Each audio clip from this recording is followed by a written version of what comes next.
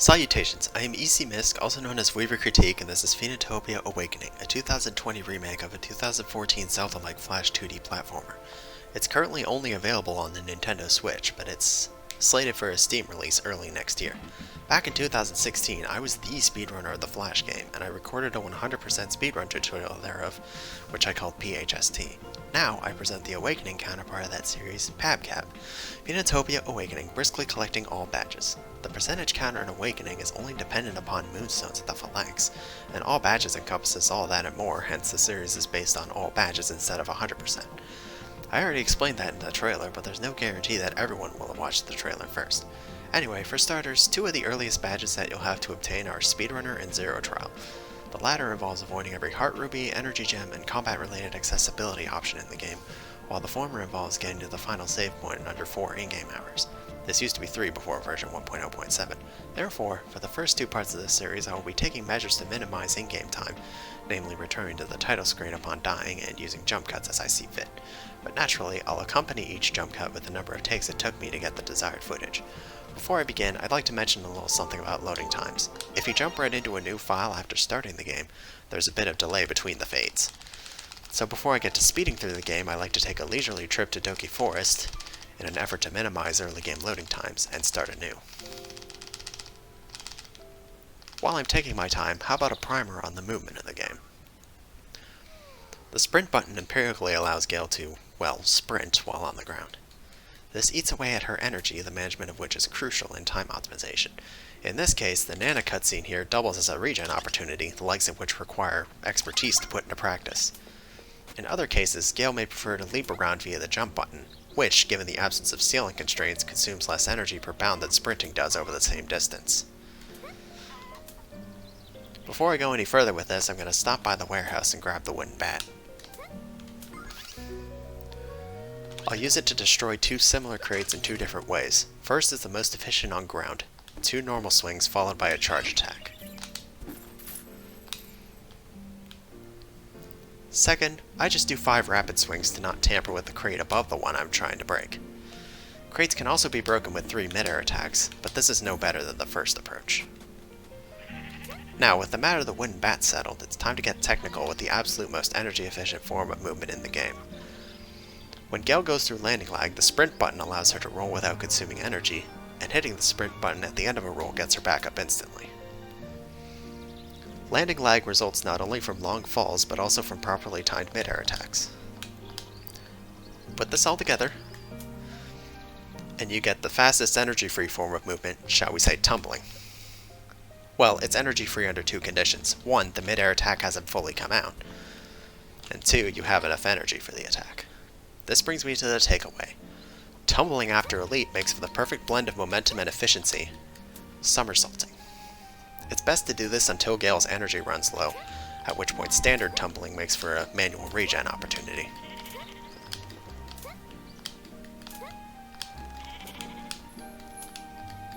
Like so. I've been reading all this off of script, being hyperlexic and all, but once I get to restarting the file, I will improvise commentating a segmented run of the game.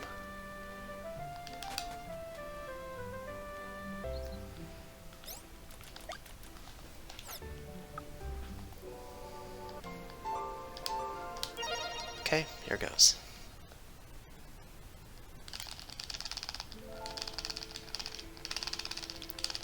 Notice that the fades are more snappy.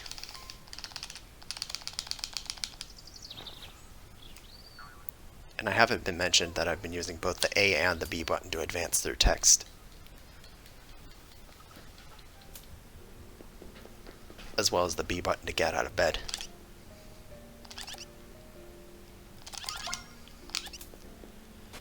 I take this safety heal as a precaution for the early portion of the game. You don't need to push this crate if you have just the right long jump. Or leap, rather.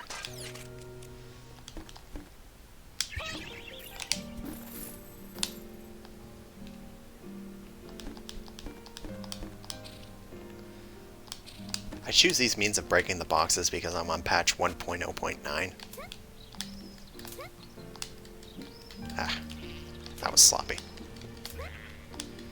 Patch 1.0.9 made melee attacking a little whack. What? When did I consume energy? That's weird.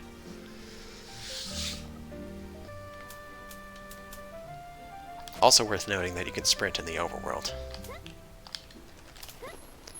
Though I don't do this often, if at all.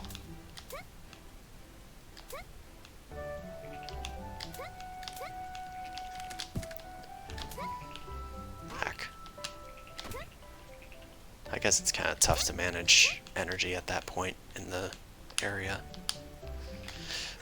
I didn't think I would make it to the second platform, and then I kind of fudged my movement. Anyway, it's no big deal. Here's a little bypass so I don't have to use the metal box down there. Credit to the Discord for that one.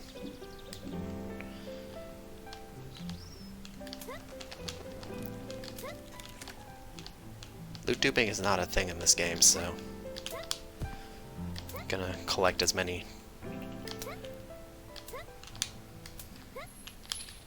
Gonna collect my fair share of treasure chests along the way, I mean.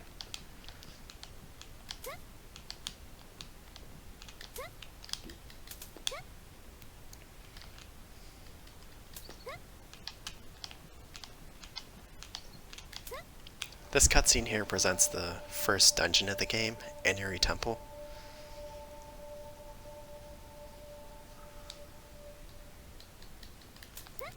These three stooges over here want to get into the temple. They're discussing how to do so, and they get me involved. So I'm gonna talk to Alex, get the slingshot from him, so I don't have to watch him fail miserably.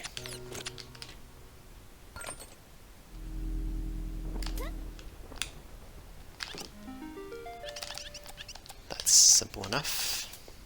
He talks about the gear ring, which I literally just used.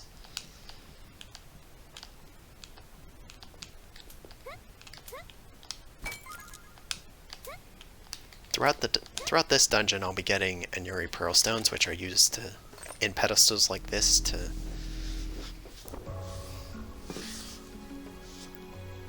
allow progress through the dungeon. Some sloppy commentary there.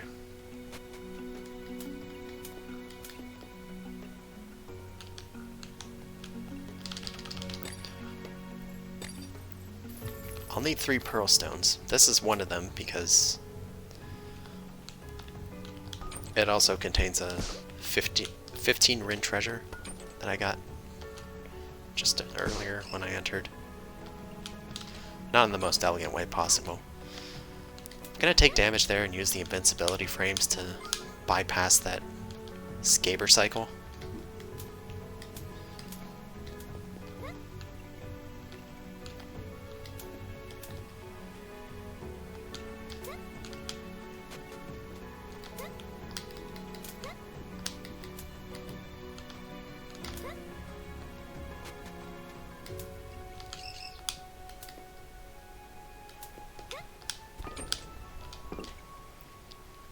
By the way, in this game, you can hold up to make the slingshot reticle start upward instead of downward. That was not my intention. So that it's easier to make upward shots like this one.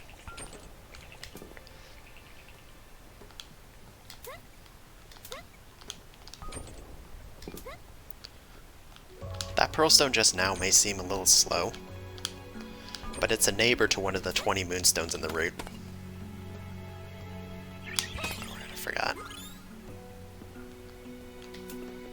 In patches before this one,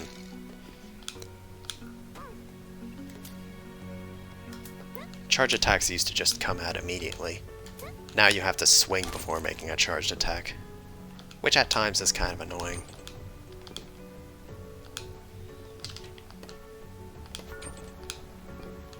There's a shortcut to this moonstone.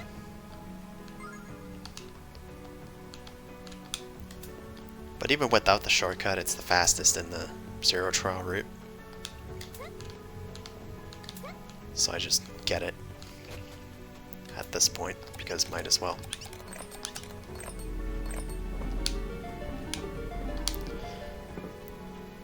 Did some careful mashing there, like ABA, to make sure that not doing any misinputs.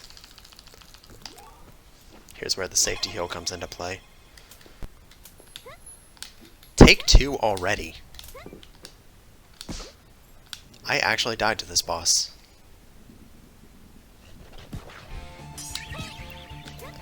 And I'm not about to re-commentate the intro, so... yeah.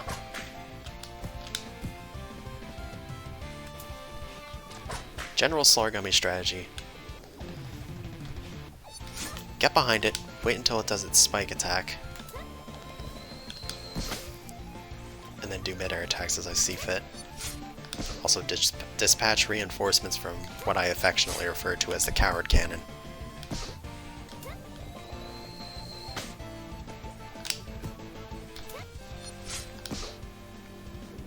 Used to do charge attacks, but this patch does not make that easy. Delayed charge attacks, I mean.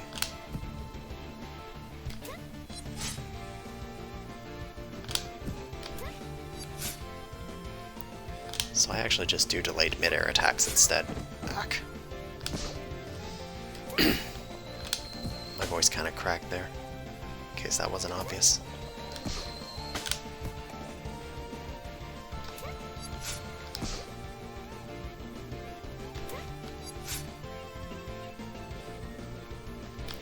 Age 26, voice still cracking. You hate to see it. Or hear it.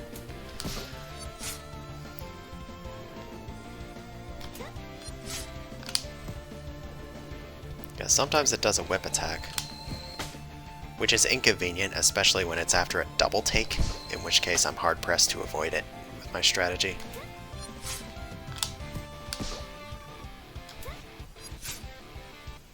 I prefer mid-air attacks over ground attacks because ground attacks deal less immediate damage and also degrade over time.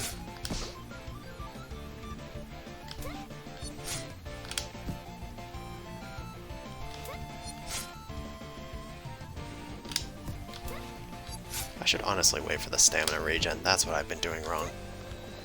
And prolonging this battle for no reason. I think I could just go in. No, I can't. Frick. It's alright. I mean, it's close enough.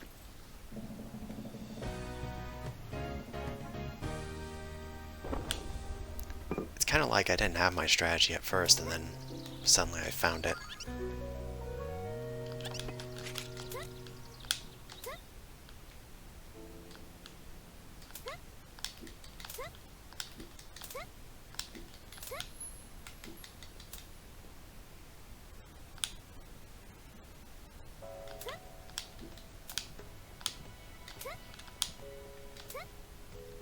So embarrassing that I died to the first boss.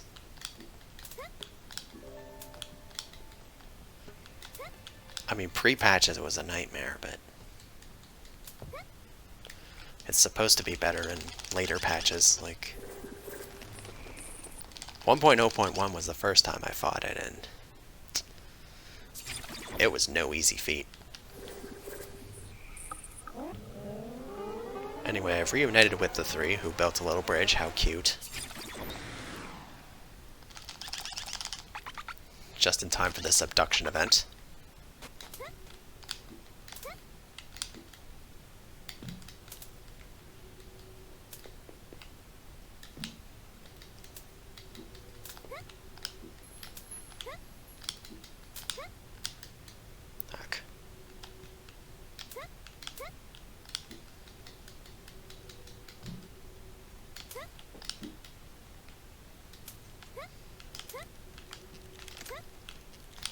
That little shortcut there is pretty effective.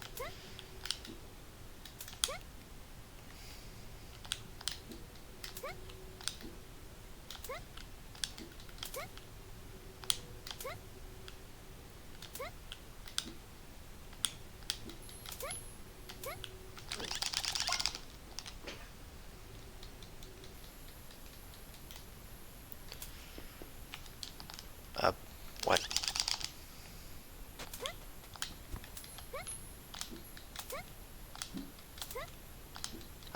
not know what that up input was.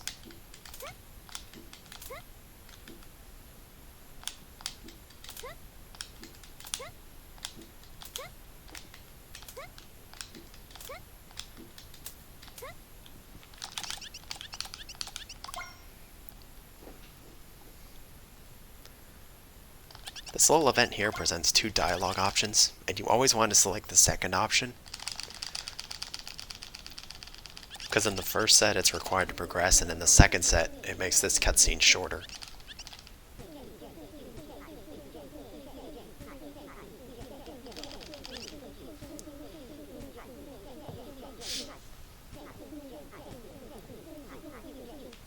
Because if you don't tell them the truth, then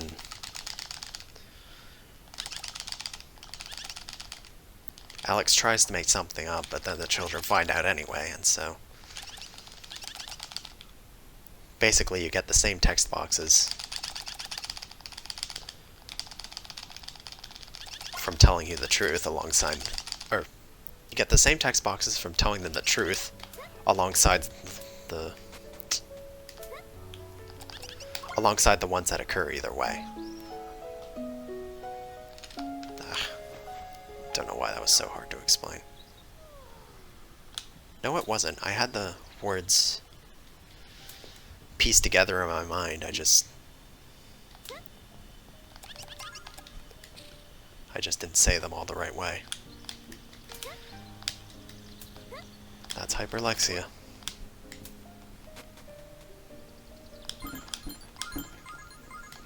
Get some more safety heals here. Also got one from Amanda earlier.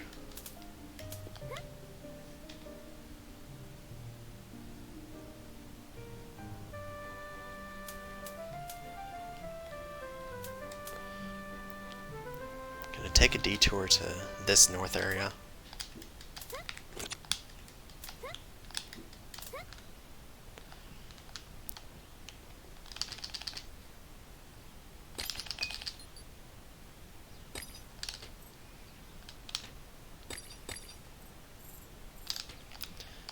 Contains a moonstone alongside a little treasure pot.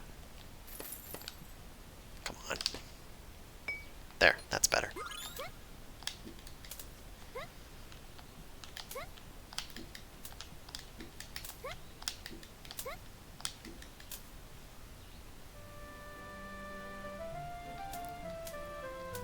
Also going to visit this cave for some additional treasure.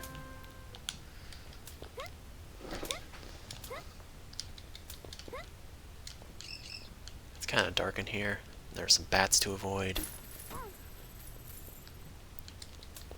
But on the plus side, there's 50 Rin, which is a lot.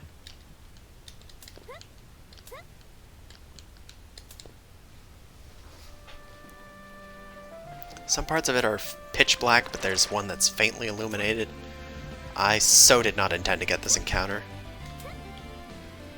But I think I'll scoop this up for the heck of it.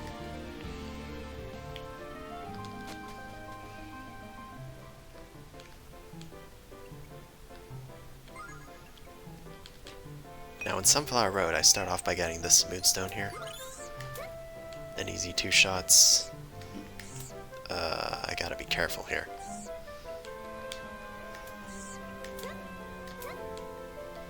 Not gonna bother getting that chest. I'm gonna save here, just in case. In all honesty, I should have saved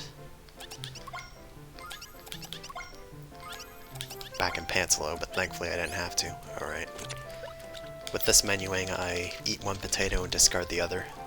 And even if I forget, this stopping me from buying all the honey brew will remind me.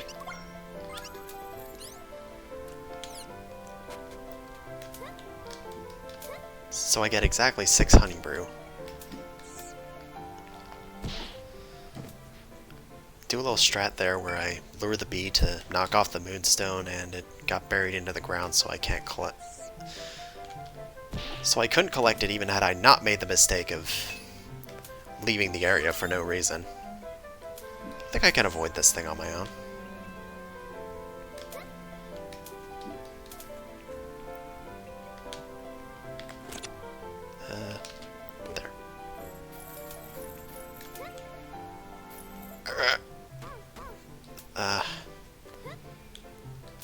I'll leave that I mean, I'll have to leave that 3 behind.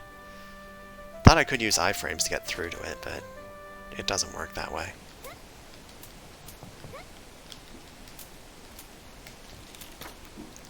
That was not a proper landing lag cancel.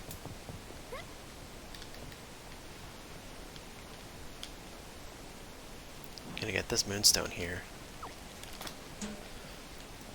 There is a faster way to do it, but I've forgotten, so I'll just do it the way I know how.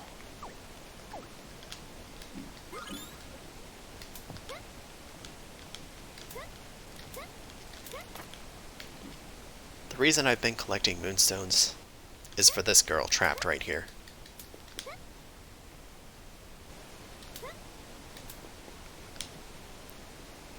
I'll elaborate later. For now, that's the empirical clarification.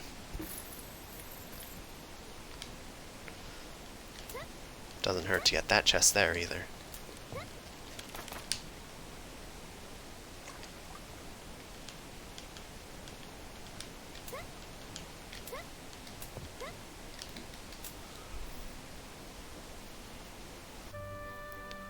Now I've entered the Atai region.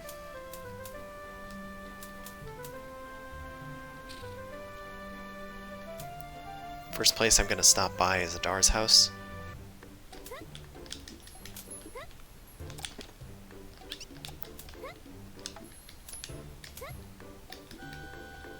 Because it contains explosives required for later in the journey, but I have to interact with the door to make sure that Gale knows that, and that the door is locked.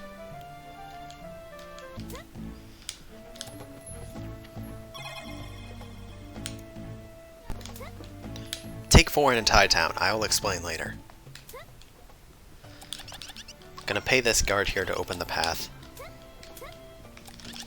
to this imprisoned bandit, who will give information in exchange for wine.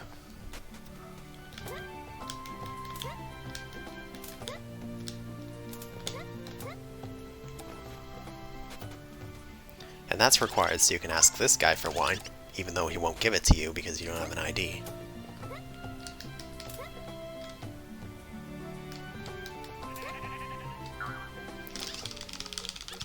Who we have here is Lisa,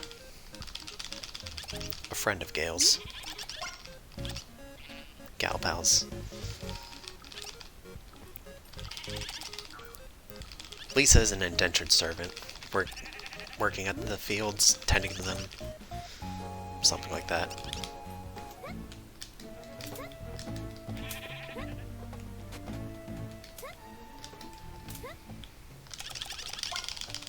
Gale does not like that, so she wants to give the mayor a piece of her mind, which this time is more than just entering and exiting.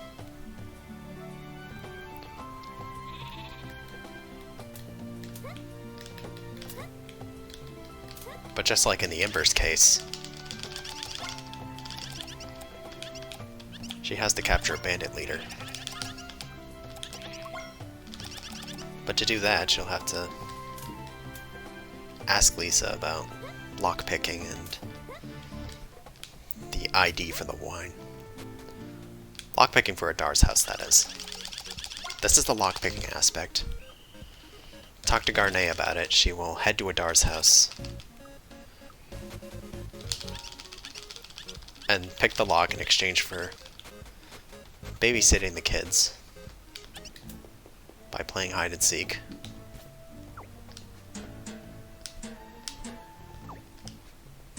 I'm gonna take this metal box here, use it to get this moonstone.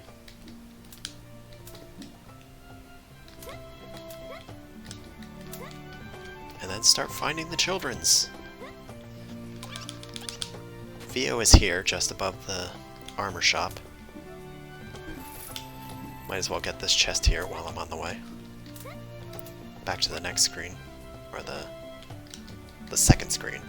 The middle screen, rather. Sky likes animals. As Vio would tell if you return to him. Him or her, I don't know. See, if you were to return to Vio, then he or she would tell you that. Or they, I guess. Back. Camera lock. Somehow I improvised my way through that. Anyway.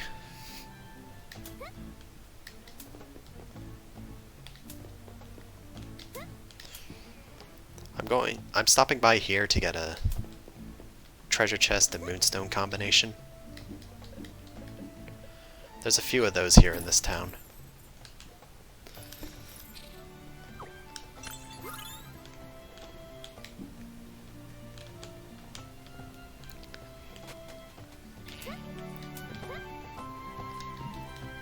To explain the takes so far.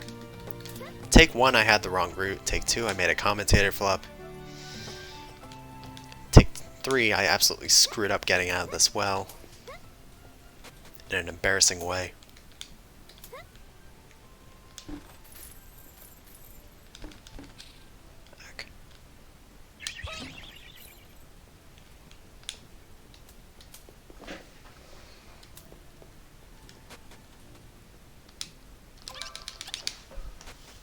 You would normally use the crank lamp to navigate through dark places, but places like this are actually dimly lit, so depending on your display you can actually see everything.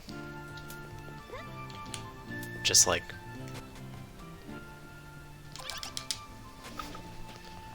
at 10% brightness or something, just as an estimate.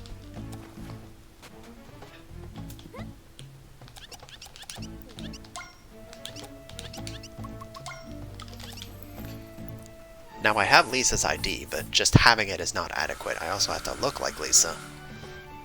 And apparently that only entails getting brown hair. Which I personally like because I'm brown haired in real life.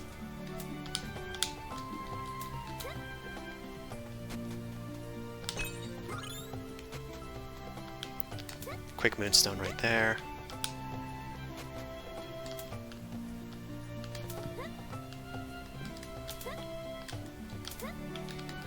So the one in the well was mango. The one at the shooting range was...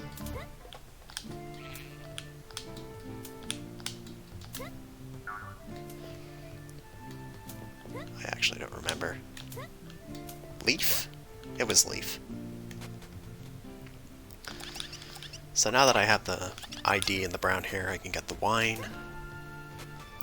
And I'll not forget to end this hide-and-seek session here.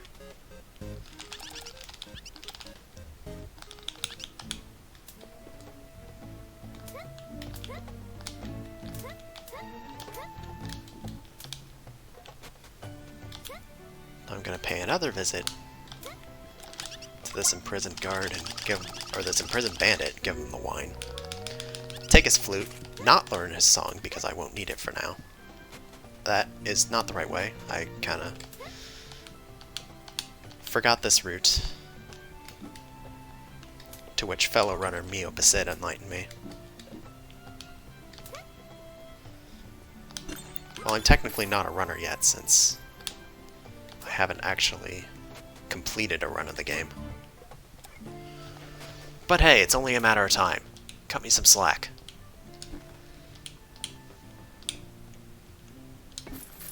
So this is the last thing I will do in Atai City. And that's scoop up these remaining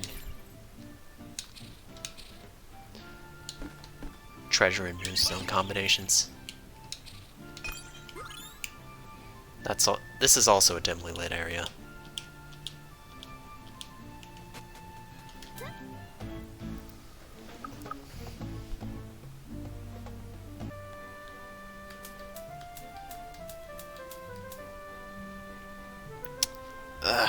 With that, I'm gonna avoid these overworld encounters.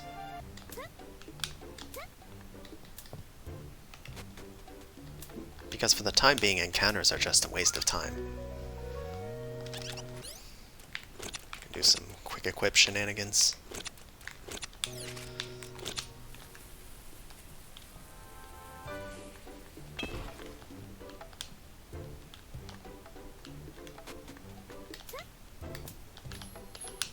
Quick equip is done by pressing the right stick in certain directions.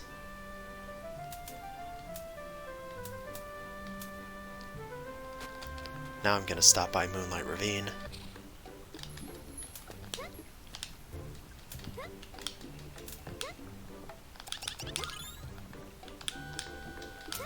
See, the cool thing about landing lag canceling in this game is, unlike the Flash game, it can be done at any height. Not just like the threshold and below.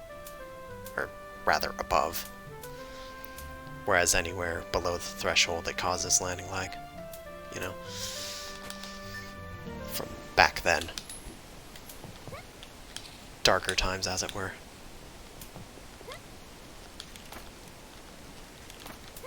I'm going back here.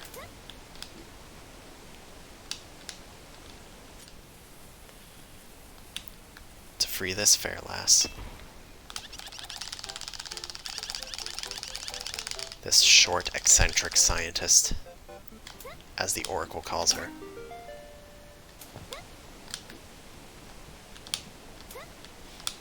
Ack.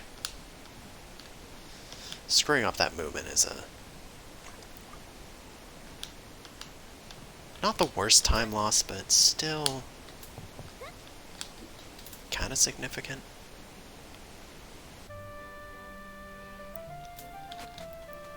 Anyway, so that scientist, her name is Fran. She will be important for items later on.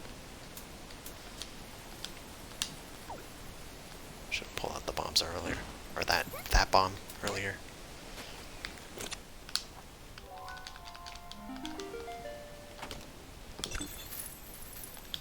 So the reason why I don't need to learn the Song of the Ouroboros just yet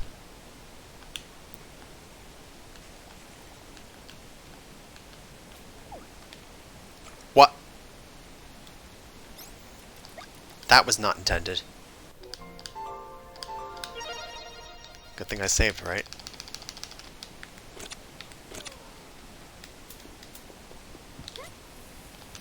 Yeah, that's the timing for pulling out the bomb.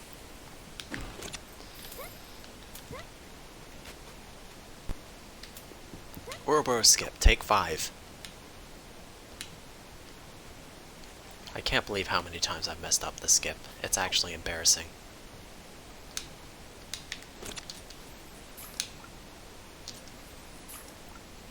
Considering that one video I put out regarding the subject.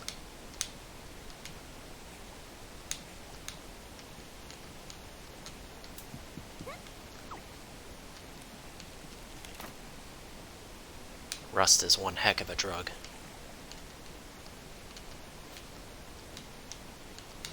So hopefully I can actually pull it off this time.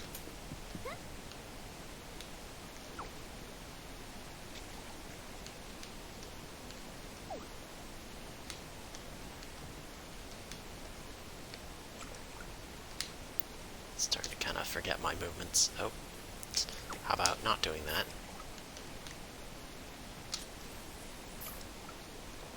I was thinking that it's easier to pick up the bombs and throw them than to just push them off. Might just be a personal thing.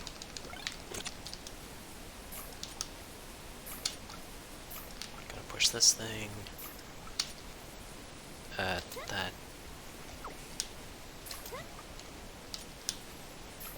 That might be a little far, but let's see if I can work with it.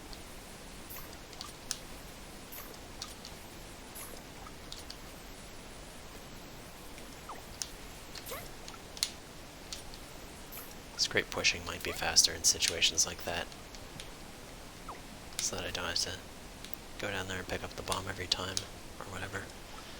Oh goodness, this is dodgy.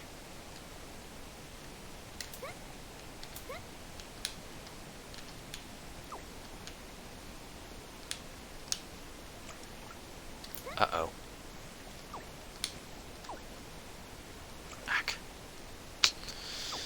I'm gonna have to restack this one because I pushed it too far.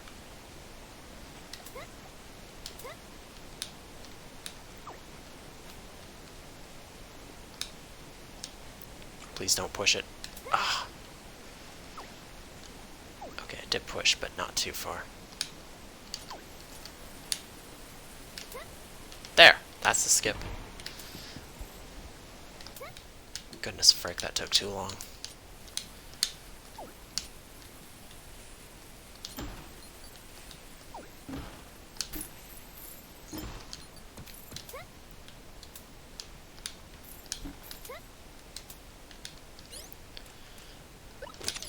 This egg in favor of the saffron milk.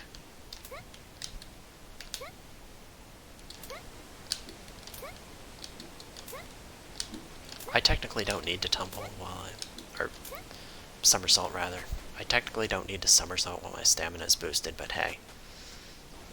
Just practicing the technique, I guess.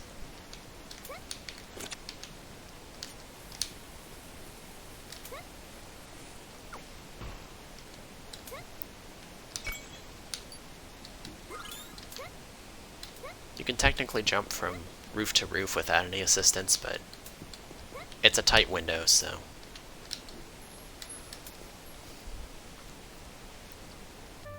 I prefer to take the safer ways in approaching them.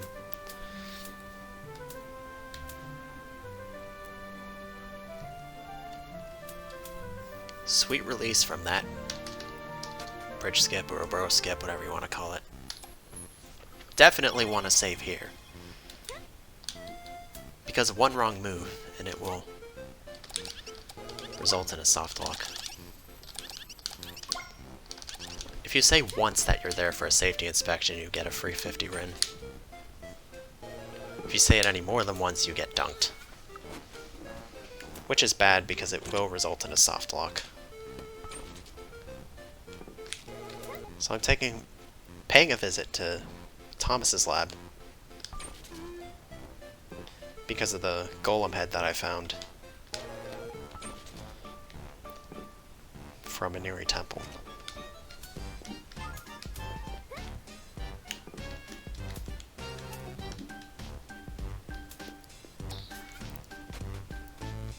And so Arch, the head golem of the area, is having me complete these trials as an internship.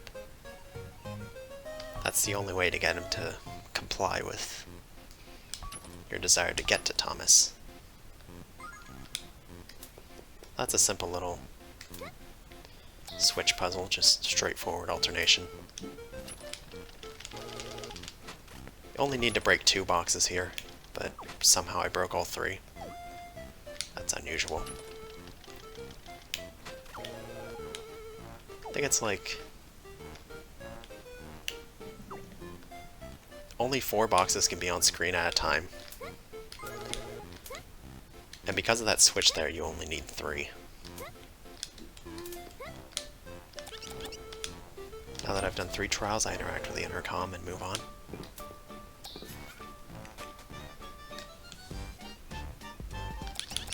I'm going to take a little quiz.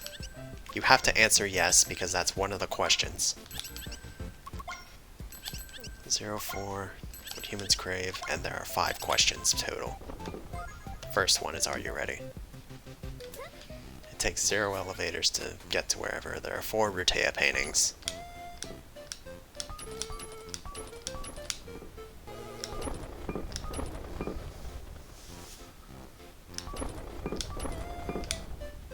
Hopefully I have enough energy here. Because it's a very brief timed switch to get that red medallion. Turns out I had more than enough.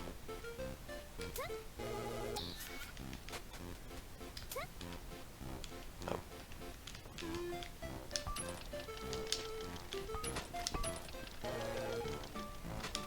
Is this slingshot to stop that switch? Maybe we can use it to snipe the switch again, like that, and then... woo! I did it. I did it fast. Further intercom interaction, and one last time for the amenities and unlocking this door. So that when I save, I won't have to talk to that darn thing again.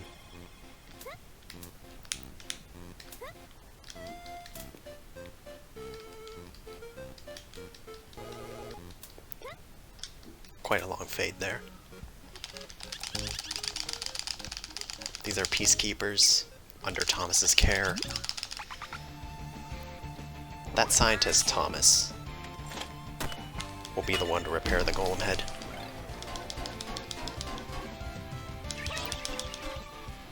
But not until after I defeat his wrecker.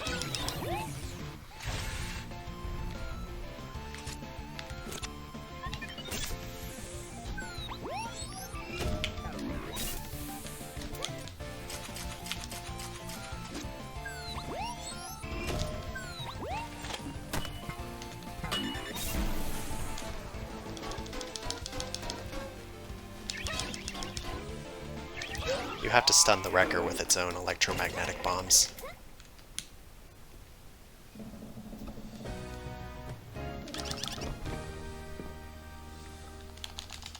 That's the way to defeat it.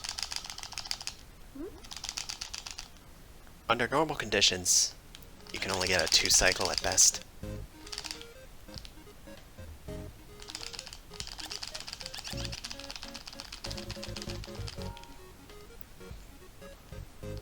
I seem to recall it's possible to 1-cycle with a stink root or some crud, but those strats cannot be done in Zero Trial. Not quickly, anyway. It would cost more time than it saves.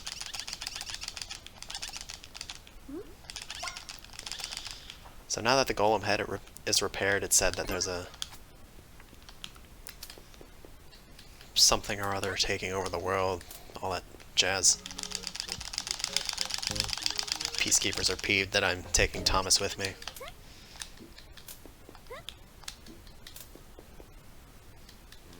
I said at some point that I didn't need to somersault if I have a stamina boost, or energy boost.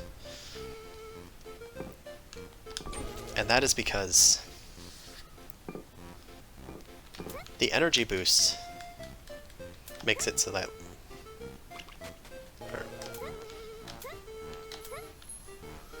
the energy boost easily recovers the amount of energy it takes to leap while Gale is leaping. Ah, that's bad luck right there. But it's fine. Somehow I outpaced it with minimal effort.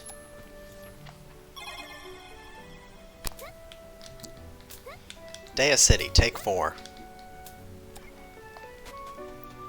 First thing I do is visit the Elder's house. Well, I don't know if it's necessarily the Elder's house, but this Elder has a moonstone.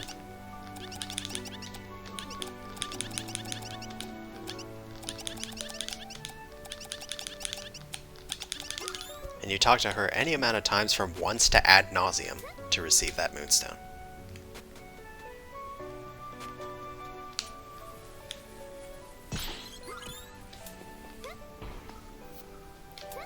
It is possible, but not guaranteed, that she gives it to you instantly. Also, poor little mouse there. Way to make me feel guilty. Scooping up this grape juice here, because it's the honeyed tumen counterpart of this game. It restores HP and boosts stamina.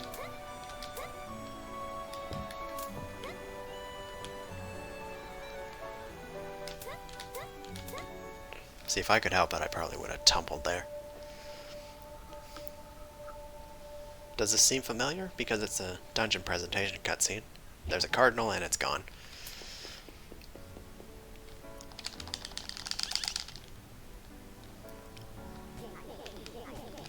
After Bart talked about the world in crisis or whatever, he asks to speak with the country's leader. Thomas is trying to make that happen. It doesn't work out. So we take a rest at the inn.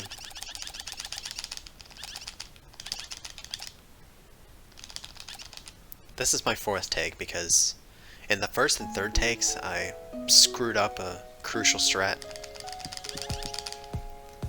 in Aqua Line, which I'll elaborate upon later.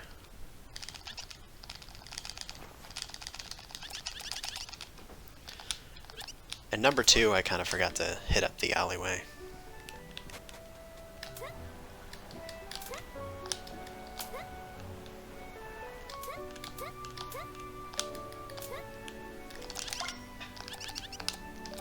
Next step, talk to this guy about the secret canal. As part of an investigation while Thomas is kidnapped.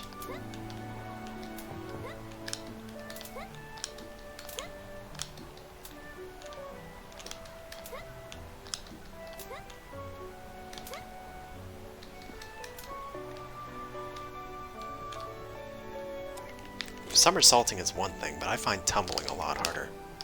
Oh. Just in terms of timing it. This attic here contains a reasonably fast chest.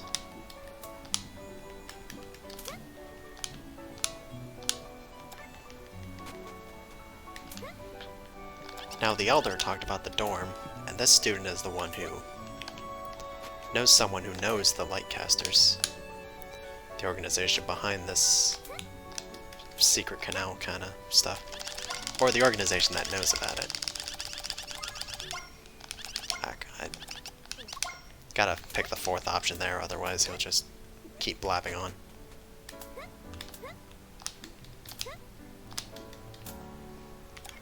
So Bimmy gives me a stamp card asking me to find 4 heads. One of them is this blacksmith.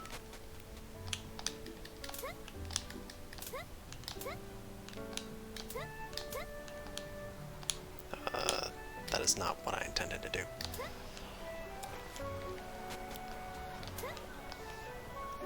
If you ask Bimmy for hints, the blacksmith is technically number 3, but it's the quickest to get, so I just get that one first. This is the first one in the Den of Replenishment. Also one of only 2 I remember.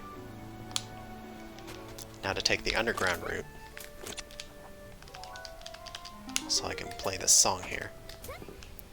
Notice on the wall there, it has the number 6. Throughout the underground there are similar notes posted all throughout. Read them from left to right to find out the song. There's a quick moonstone here, but it's not in this route because, or for the sake of earlier patches in which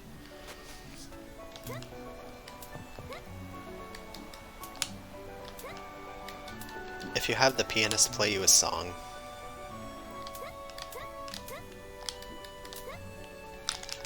and you save and reload afterwards, it locks you out of the not-for-profit achievement.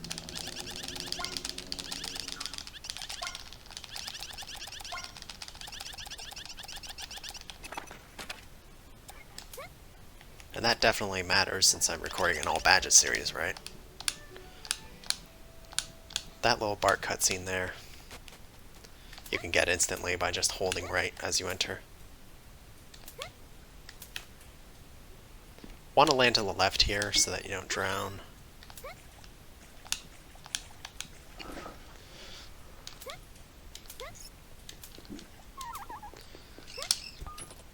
There's an annoying little fish over there. I don't know how I drowned there. My end game was to avoid this dingus. Because I don't want to be damaged too badly by this stupid fire. That was bad. Hang on. That's better.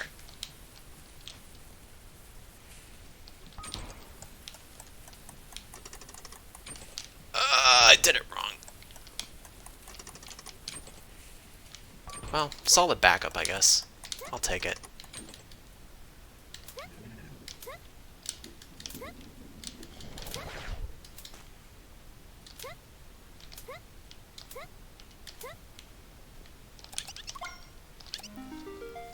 So before the Lightcasters lead you into this dungeon, they talk about flickering lights.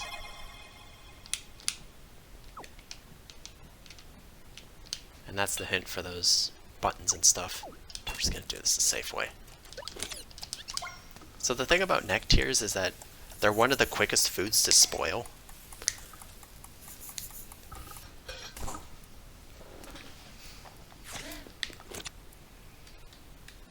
This is vital information for a strat that I'm gonna pull off later on.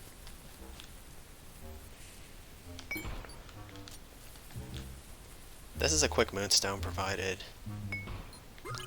I mean, even with a backup like this, But, like, ideally it would only require one bomb.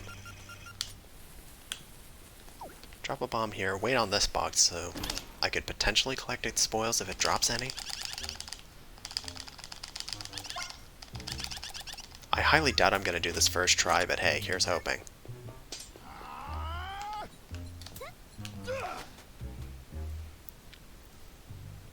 Attempt number 1 at the Three Stooges, as I like to call them. That. Wait. I'm gonna play it safe. Wait for the charge? No, he's just gonna keep throwing his spear. There it is. Now I got this. Gonna charge again?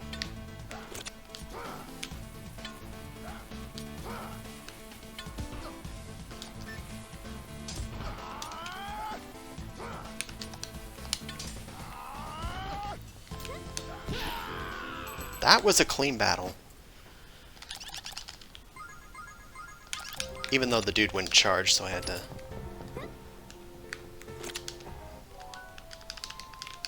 make a few changes. For this puzzle, if you interact with the Songstone, the note, there's a note near it that reads difference, and that's the difference between the two bookshelves. So that's how you find out the song.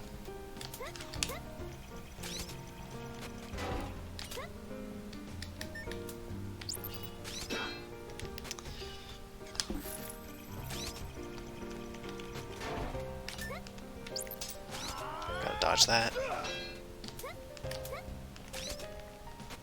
Make sure to be wary of that guard before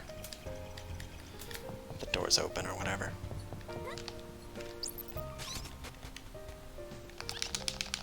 Gonna do some rescue work because most of the guards here are possessed and some of them have keycard privileges required to progress through the dungeon.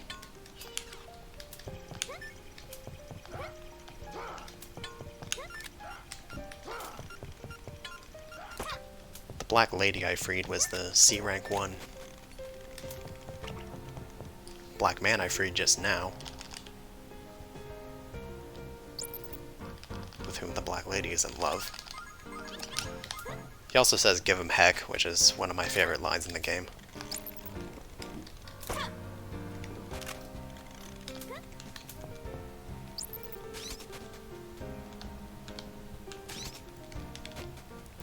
Gotta do a late leap here to make sure that that guard gets avoided.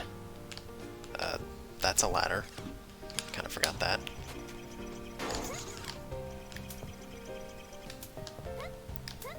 In 2-2, there is a honey brew.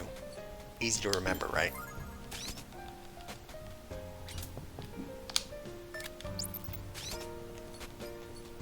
This lady here has A card privileges. Or A block privileges. I refer to that kind of guard, I tend to refer to that kind of guard as the sexy guard.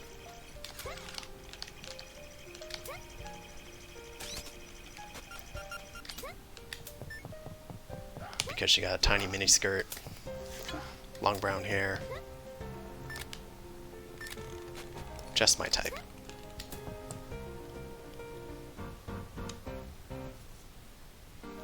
Apparently Big Boy is in love with her, which makes the black girl kind of not like that.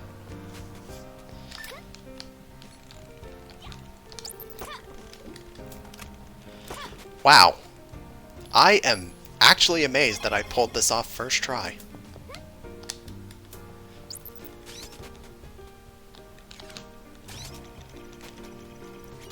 But I highly doubt this will be a one take. If it is, I will literally drink water. Gonna pull a sneak attack here, or at least attempt it. If it doesn't work out, I have to do some kind of contingency plan. Back. Oh. Oh boy. Okay.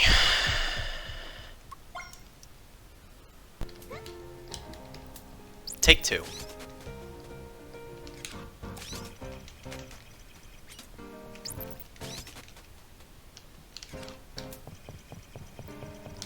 1-3, 2-2.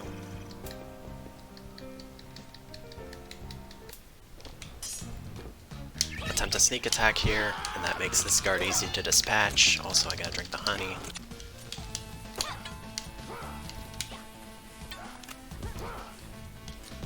Normally attack from a distance using bombs. And pull mid-air attacks if I get the opportunity. But yeah, what's important is reducing the number of spear guards to 1. That way the archers are more manageable, and then dispatch the archers one by one. Nice charge. And that means that I can take on the spear guards without having to worry about the bow guards. Unusual pattern of attack. I normally just... Ack! I don't know how I pulled that off, holy moly.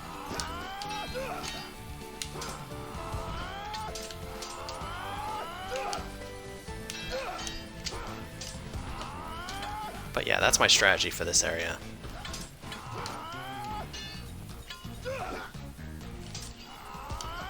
Tactical bomb placement. I guess I only need an aerial attack for that one. Then when I isolate them like this, I can stun lock them with charge attacks. I use this howl as a cue to throw a bomb down there.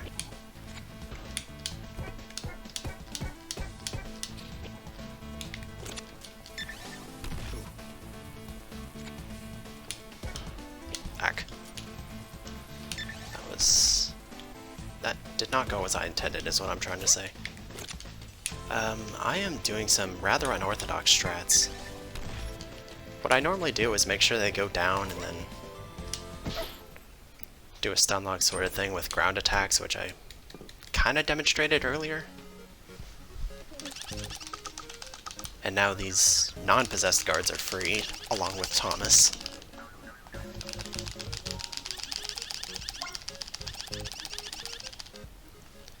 I think that was about average pace based on the strats that I use. I think it's more common practice to use the crossbow, but I personally am not about that life. Okay, I normally set the javelin to up, just making sure I'm not losing my mind here. I mean, technically I am, because, like, that is not how that works. I should have just tossed that spear at ground level. I don't know what I was thinking. It's hard to believe I'm even thinking.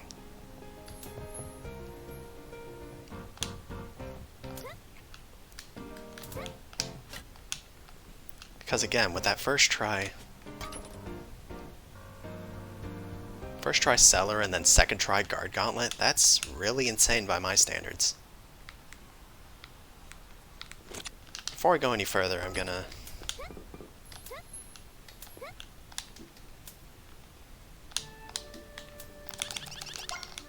backtrack and report to Bimmy about the Aqua Line. That way I get a 20% discount on the items of the Blue Lobster, the restaurant. Take 2. I'm still bewildered at how quickly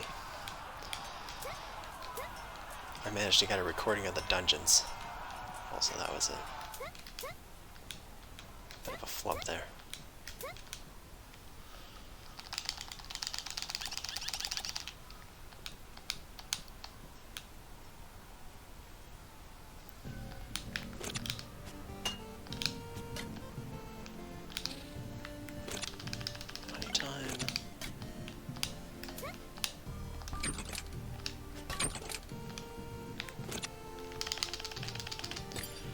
Forgive me if I fail to explain everything properly, if you haven't already.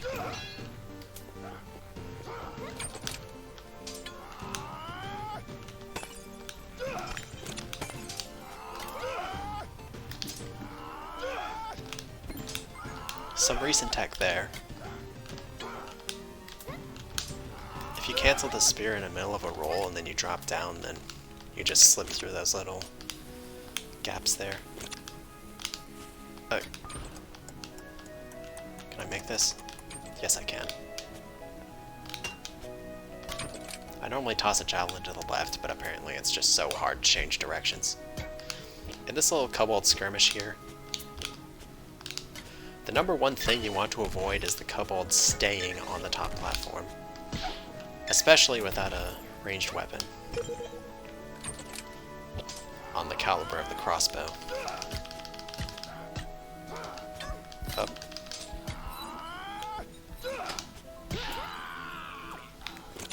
Which again, other runners tend to do, but I'm not about that life. That is not how you hit that switch.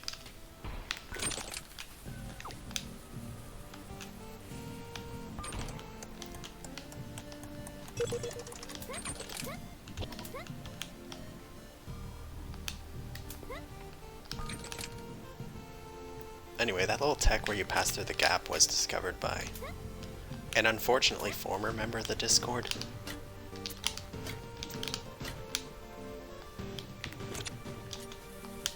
Who said that they can no longer contribute to the speedrunning community or whatever.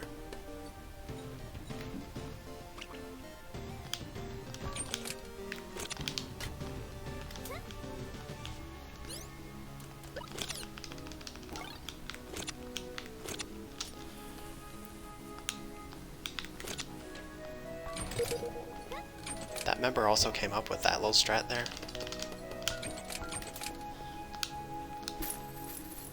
Then if you do 2 slingshots down that hole at just the right timing, you can keep the red barricades raised, thereby getting the treasure chest.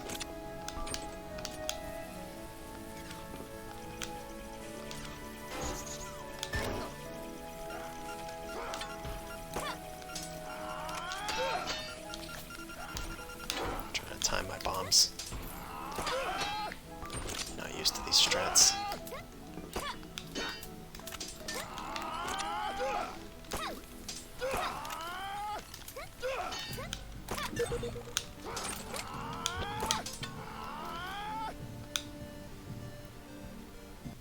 Anyway, so that's that.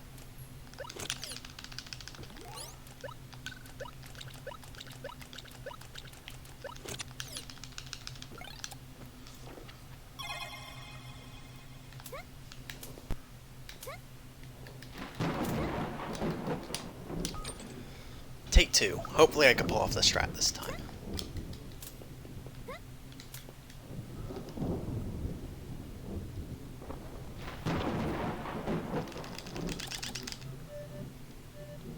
I've done away with all the consumables except for this 1 jar of honey, or the honey brew, and 2 helpings of spoiled food. The first helping deals 5 damage to Katash.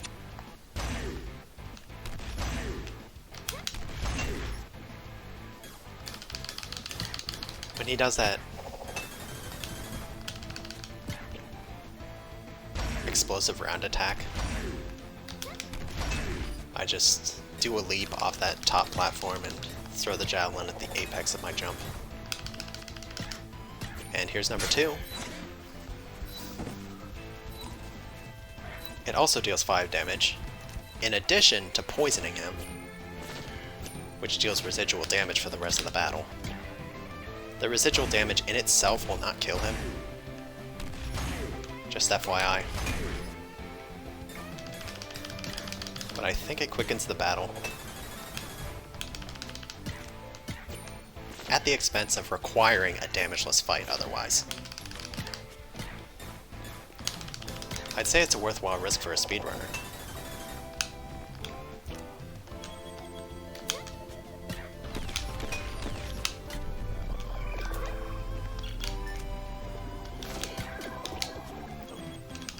Gotta deploy the bombs. But not if I take him out first.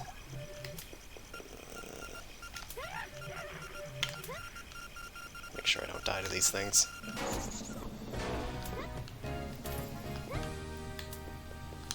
"100% gonna take a safety save." See, that battle was really quick, all things considered. So I checked my moonstone count when I went to do a retake of Early Blaster. And it turns out that I missed the moonstone in the chandelier on the second floor.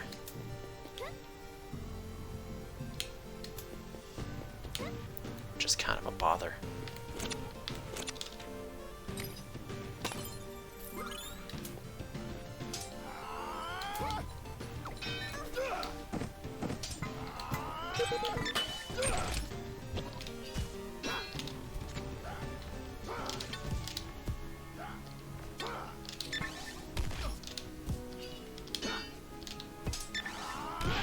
Nice.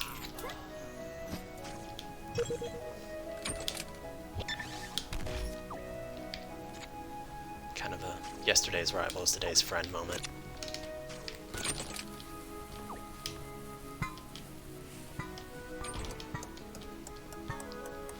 Ironic in this case, considering the kobolds are the ones behind the possession stuff.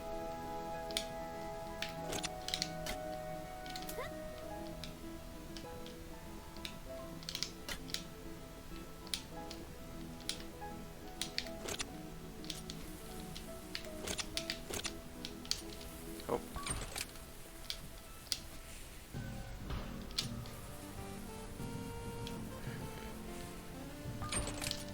Oh, that was embarrassing. So it turns out that strat is possible without honey, even in zero trial. It just requires a lot of waiting. Oh, come on! Don't give me that crap.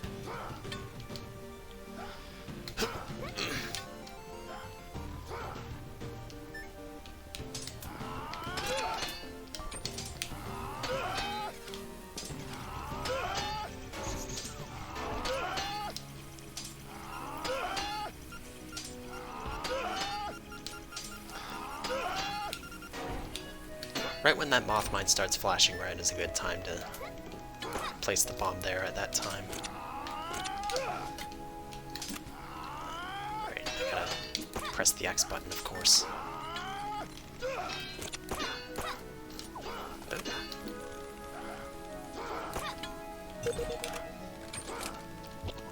the bomb once. Make sure to steer clear of these attacks. Okay, so that costs 3 in-game minutes, which isn't the end of the world. I mean, it's certainly better than having to re-record the whole series.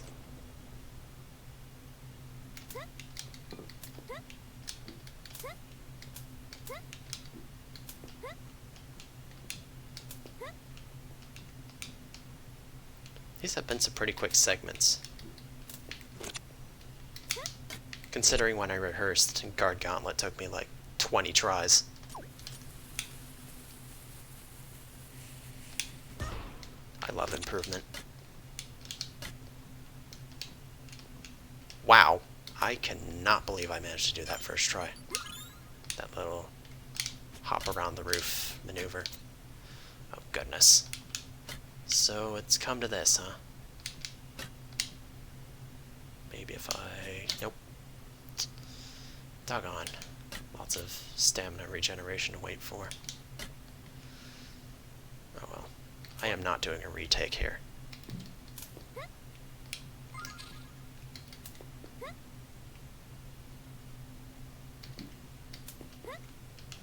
It's bad enough that I had to go back for the chandelier moonstone. Anyway, so now that I've gotten the blaster, the broken blaster, earlier than intended, it's time to have Leo freed.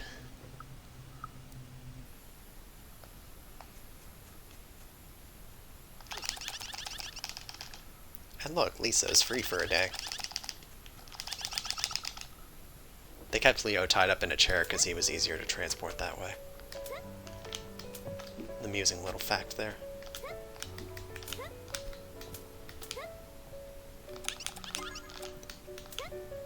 First thing to do is talk to Bart.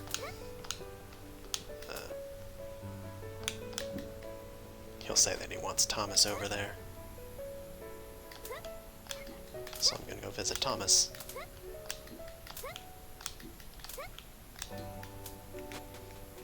This music is so emotional.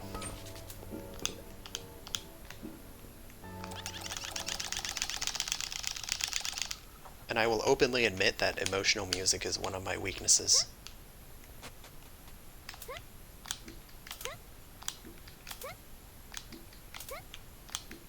Another weakness? Tomatoes.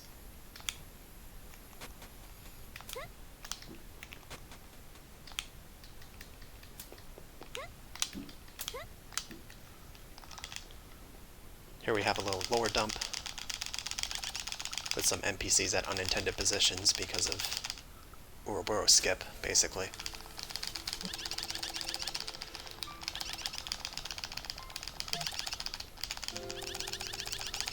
That art there really shows off Lisa's curves.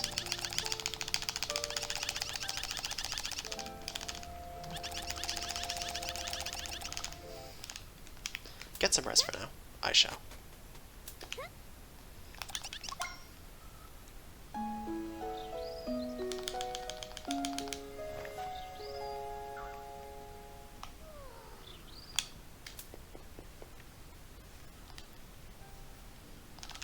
By the way, I'm decidedly not sorry about my perverted comments.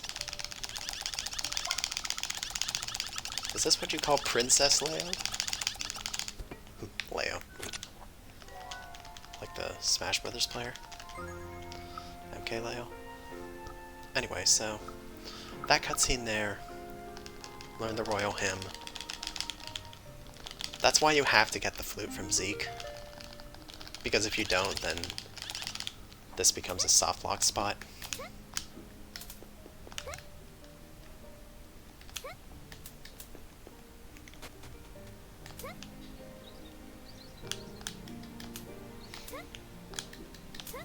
To finish off this part of the series,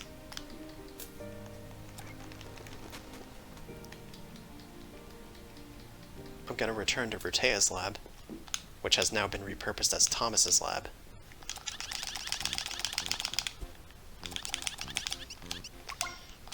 He has some upgrades to standard weapons to offer, and you can also fix broken stuff.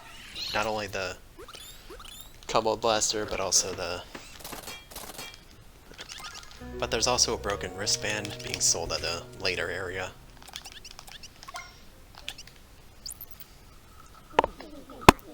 This double crossbow is also... Or, double crossbow and the Kobold blaster are really solid early game weapons. I consider them to be the dynamic duo of the game.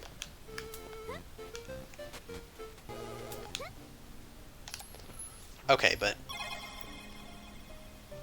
before I end this off,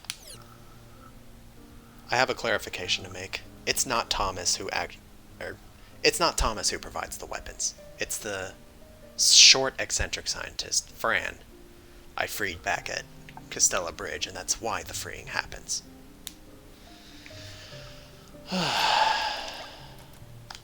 So that's that.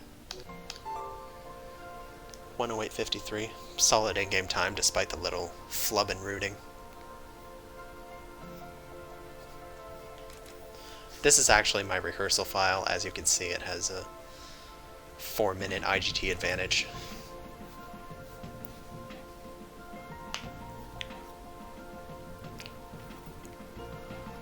Pay that no heed, because I'm going to stick with this file.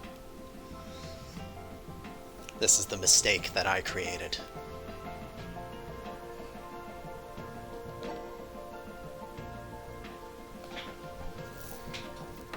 Anyway, that's it for part 1.